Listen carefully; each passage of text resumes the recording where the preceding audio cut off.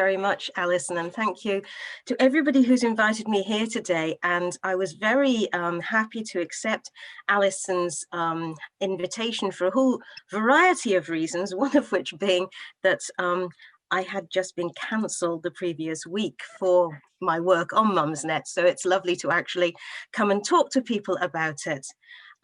So what I'm going to do today is to talk about three things, actually, not just Mumsnet. I'm going to start off with a little bit about the suffragists, the Scottish Women Liberal Association, and the campaign for the suffrage. And then I'm mostly going to be talking about Mumsnet. And then finally, I'm just going to talk a little bit about something I had published last week, which is about politically homeless women. So I'm going to start by talking about the situation over 100 years ago and what I would describe as the problem facing liberal women at that point. Now, of course, if you are a member of the Scottish Women's Liberal Association, and that's who I've been researching, by and large, not surprisingly, you were interested in politics, and indeed you wanted the vote. Now, most women who belong to the Liberal Women Association tended to be what we call constitutional suffragists. In other words, they were members of the NUWSS, and they hoped to gain the vote through constitutional means, such as writing to MPs and delivering petitions to the House of Commons. Well, many petitions with thousands of signatures were handed into the House of Commons from the 1860s onwards, and by the turn of the century, women still had not achieved the parliamentary vote. So in 1903, a new organisation was set up by this lady here in the rather attractive hat, and that's Emmeline Pankhurst, and she set up the Women's Social and Political Union, the WSPU. Now, the WSPU, its policy was to go to by-elections and campaign against the Liberal government, because in 1906, the Liberals had won a complete landslide. And so Mrs. Pankhurst felt that the only way in which they could harm the government enough for the government to give in and give women the vote was to campaign at every by-election and try to persuade men not to vote for the Liberals. They didn't tell them who to vote for: Conservatives, Labour, anybody you wanted, independent, as long as it wasn't voting for the Liberals. And so they condemned the Women's Liberal Association for not working to gain women the vote. Now, the poor liberal women suffragists tended to be condemned by both the suffragettes and also by the press, because the press really couldn't distinguish between suffragists and suffragettes. It's the same word, isn't it? They mean the same things. And so everybody, all women who were involved in the campaign for vote were condemned for the violence that the suffragettes introduced into the campaign. Now, in Scotland, which is where I do my research, of course, we have two of the leading members of that Liberal Party. And on your right, you have a campaign against Mr. Asquith. Asquith was the Chancellor of the Exchequer and then went on to become the Prime Minister. And he was vehemently anti-suffragist. He completely believed that women should not get the vote for all sorts of reasons. And then on the left, you have Mr. Winston Churchill, who for many years represented Dundee as the Liberal MP for Dundee. Now, he was a bit more on the fence. He didn't really want women to get the vote, but he was kind of, willing to pay lip service when he met a woman. Now, the Corrupt and Illegal Practices Prevention Act had been introduced in the 1880s, and that had set up new laws to limit the amount of money that could be spent at election time. At the same time, you have the establishment of the Women's Liberal Association, and for the Conservatives, the Primrose League. And that meant that women now played a really important role in elections as volunteers, unpaid volunteers, of course. So, for example, you have a handbook written in 1905 called Elections and How to Fight Them by John Seymour Lloyd. And he suggests that the candidate should be accompanied at all time by an affectionate wife, and also recommended the charms of lady canvassers and the usefulness of the female members of the Primrose League and the WLA in performing secretarial tasks. So both Asquith and Churchill were incredibly reliant on women to be doing sort of the day-to-day knocking at doors, organising events, catering for these events, etc., etc., but would not consider these women to get the vote. I've got this photograph of Churchill is one of my favourite ones, and I use it a lot when I'm talking. This is Churchill on his first attempt in 1908 to win the seat in Dundee. And he has gone to Blackness Foundry to try and get the votes of the men at lunchtime. And they've all come out to listen to him. This is an outdoor meeting. The minute he starts to speak, this woman at the back here, her name's Mary Maloney, and she's an Irish suffragette. And the second Churchill started to speak, she ran an enormous dinner bell and drowned him out. And of course, he was very annoyed by that. So he went round the corner, the whole meeting transferred round the corner. But so did Mary Maloney. And the minute Churchill tried to speak again, the bell was ringing again. So this kind of suffragette activity was condemned by the press for incredibly embarrassing Dundee. And again, actually the Women's Liberal Association wrote to the newspapers trying to sort of say, well, it wasn't us, we'd like the vote, but we're not suffragettes. And they were completely condemned. And there was a lot of sort of anger about women as a whole who had let down Dundee and the Liberal Party. Now, the quote that you'll see at the bottom there is a quote from the leader of Dundee's Women Liberal Association, when they went to go to ask Mr. Churchill to say something supportive of the idea of votes for women. And, you know, it's almost a threat, isn't it? Sort of women are like the House of Lords, they have power and control, but without responsibility, always a dangerous condition of things. And as ever, Churchill was charming and said, well, dear ladies, it's not up to me. And of course, if only these awful suffragettes would stop doing the violent things, I'm sure eventually we would give you the vote. The next slide is what I like to call the women's revenge slide. So we have this cartoon on the left, which is a typical cartoon of the day, sort of showing Winston Churchill being incredibly patronizing to the women's movement and sort of saying one day when they grow up, they'll get the vote, but not quite. Now, in 1922, Churchill again stood to be MP in Dundee. And what was interesting about this is Churchill was known for only ever really pushing national rather than local issues. And people in Dundee had got very tired of being sort of a springboard for his career. He wasn't really working for them. So in fact, you had an independent Liberal standing against him. And this managed to split the vote. And the person who succeeded became the MP for Dundee in 1922 was a man called Edwin Scrimgeour. And he is the only British MP ever from the Prohibition Party. So the argument that was presented in the newspapers the next day was that because, of course, by 1922, some women, at least, mostly middle class and upper class women, some women over the age of 30 had got the vote.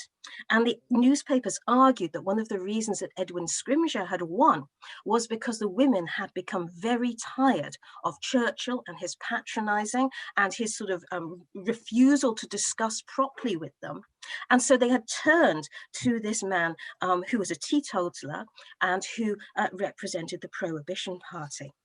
So perhaps the warning from history that we should take from this is ignore women's demands at your peril.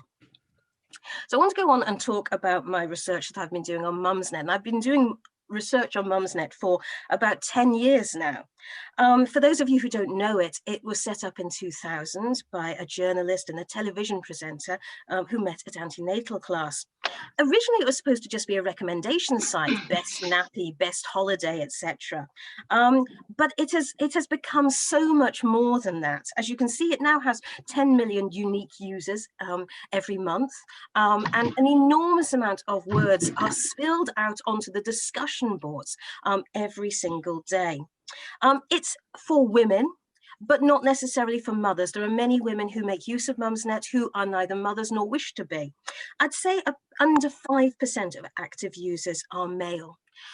what these women are attracted to on Mumsnet is quality discussion and debate. And yes, there is stuff about childcare and pregnancy and parenting, but there's so much more.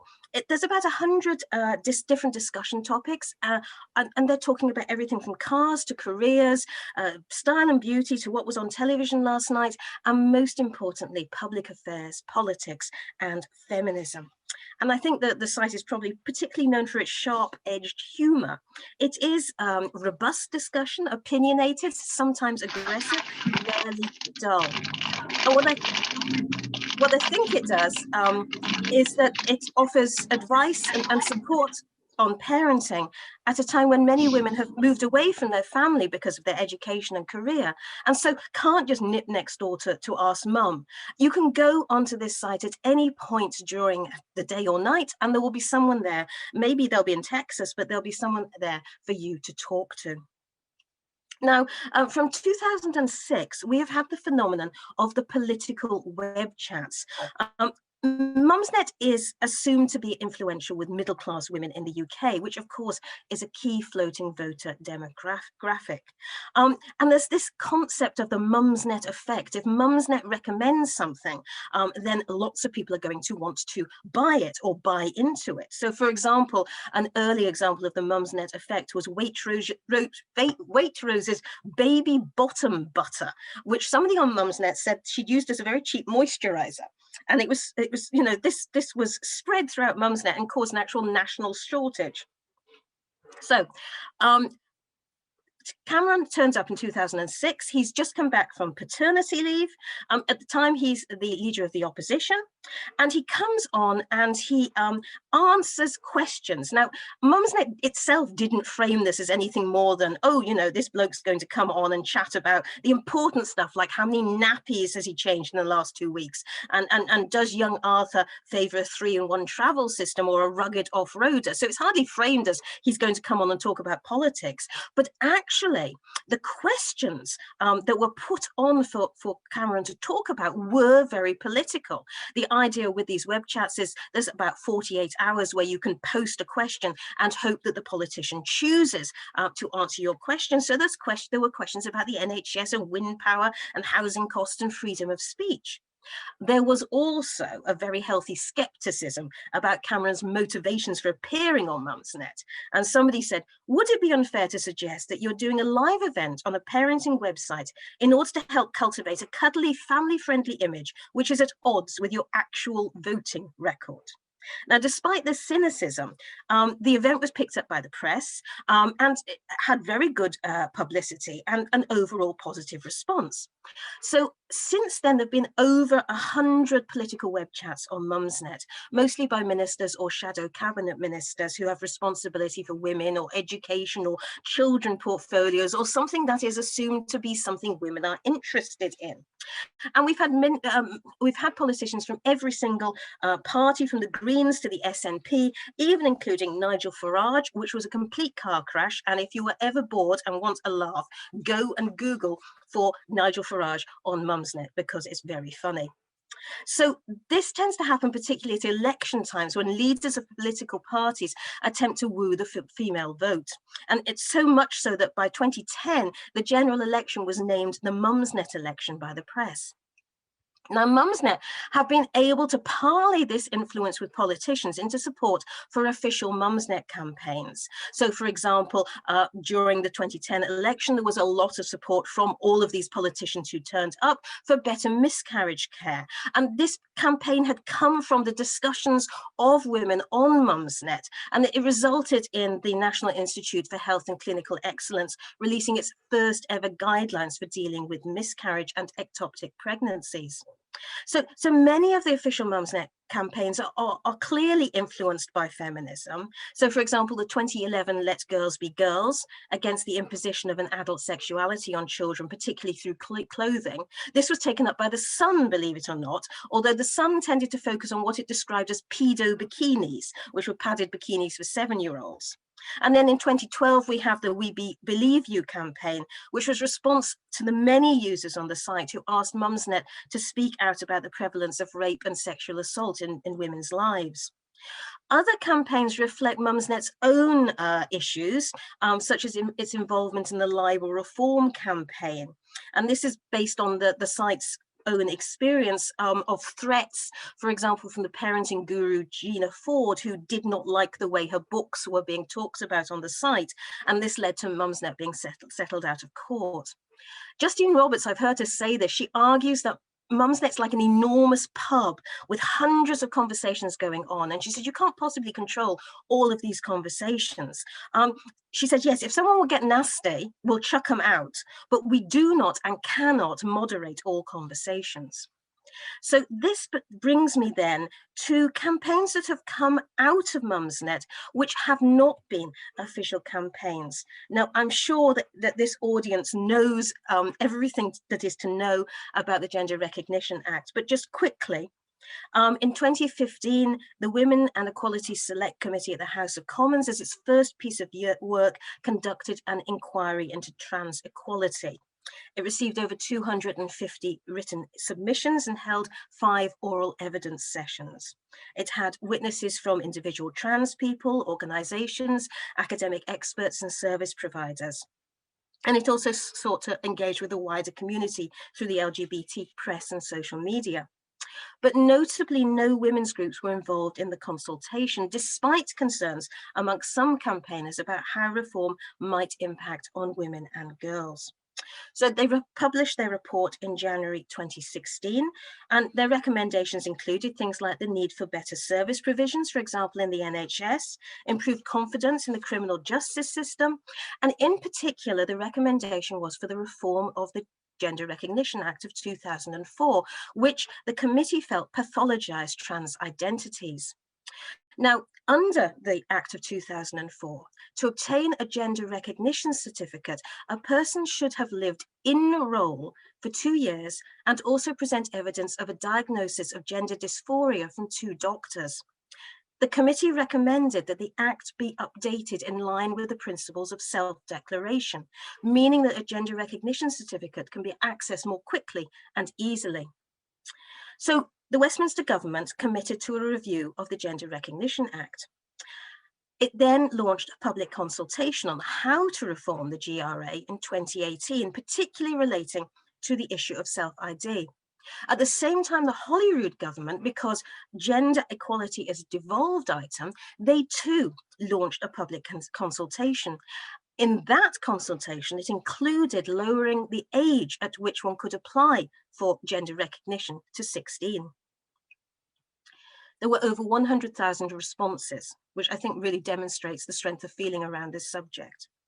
Now, the whole issue has galvanized the establishment of a number of organizations aimed at raising the question of how reform of the GRA would impact on women and girls.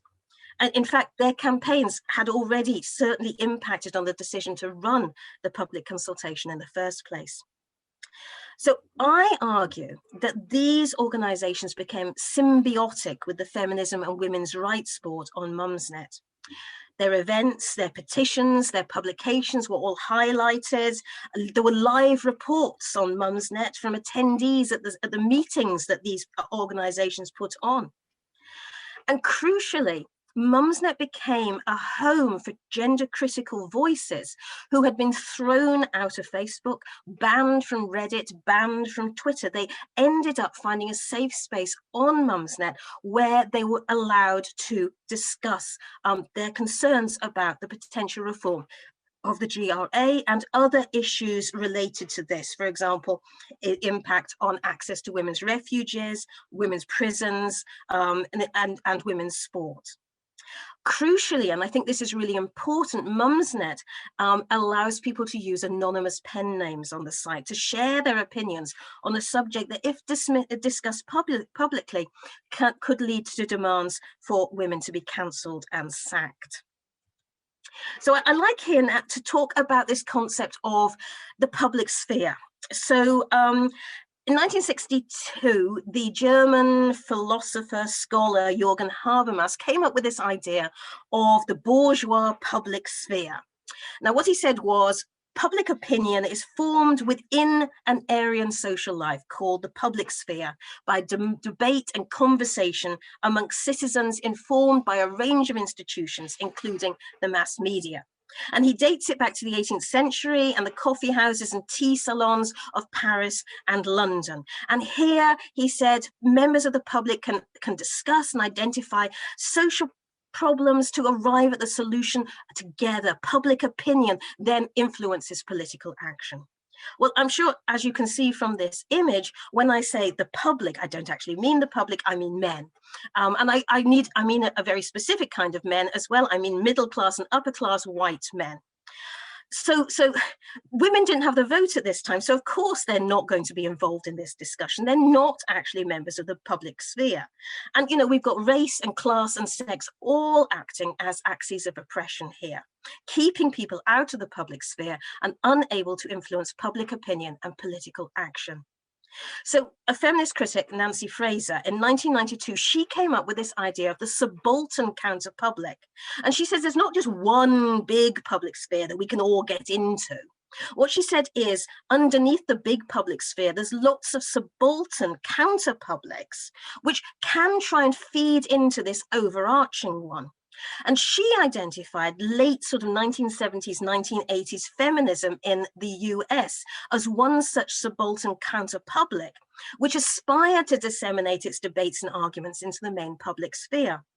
So I like to say, well, you know, is Mumsnet, can we say that Mumsnet, or perhaps just the Mumsnet feminism boards, could we see those as a sort of a subaltern counter-public, where women can work together to formulate interpretations that are sometimes in opposition to the dominant discourse in the wider public sphere? So, for example, about GRA reform, and these opinions can be, you know, against what is being represented by the dominant voices on both social media and the media, such as the BBC or the Guardian.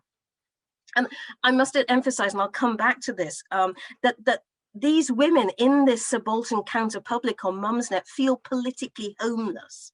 The organizations and the parties that they have supported in the past, whether that's the BBC, the Guardian, or the Greens, the Liberals, or the Lib Dems, or the Labour, they feel, you know, that they have let them down. They have turned to them expecting support, and the support has not been there. So it can also, this alternative public sphere can afford these women a training and support ground for agitational activities. And I have two examples of that. The first one is on the left, and her name is Helen Watts. And Helen Watts is a girl guider, or she was a girl guider, and she has safeguarding concerns about Girl Guiding's new guidelines regarding trans girls, and in particular, about what she saw as a culture of secrecy relating to guidelines about taking guides away on camp. And she went onto Mumsnet with her anonymous name, and she found other guiders who were willing to discuss this with her. And, you know, they shared their concerns. And then they made a mistake. They moved to Facebook to continue to talk. And of course, when you're on Facebook, you have to use your own name. And they lost their anonymity. And one of the women who they thought was on their side outed them to the Girl Guides. And they were all asked to leave the organization, which is at this point where the story was picked up by the press. And the other story is Man Friday. This is where a couple of women, Amy Desir and Hannah Clark, decided that they would identify as men to demonstrate the problems with the new advice that had just been released by Swim England in 2017. Swim England had written to all public swimming pools saying that users should be allowed to self-identify and use the changing rooms of facilities of whichever sex they wanted. So as you can see, the two women decided that they would identify as men. And they turned up to men-only swimming sessions at Dulwich Swimming Pool.